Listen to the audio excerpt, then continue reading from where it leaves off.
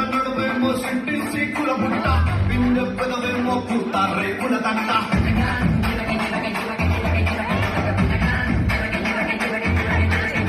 పట్టాన్ని చూసి నాలో ఆకలి పుట్ట ఫ్రంట్ ఫుట్టేసి నిన్నే పిడిగిన పంట